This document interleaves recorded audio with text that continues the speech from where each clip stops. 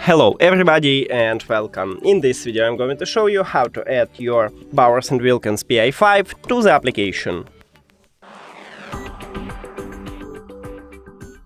And firstly we should pair these earbuds with the phone, so open settings and go to Bluetooth for connected devices.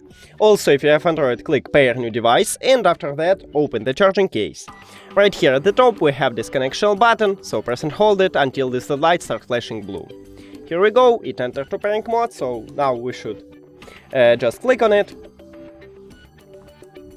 And also I recommended to remove these earbuds from the charging case.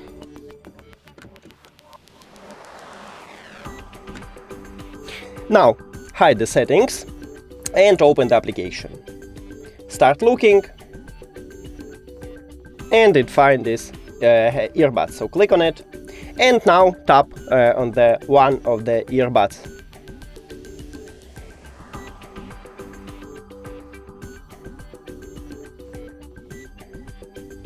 Yes, done.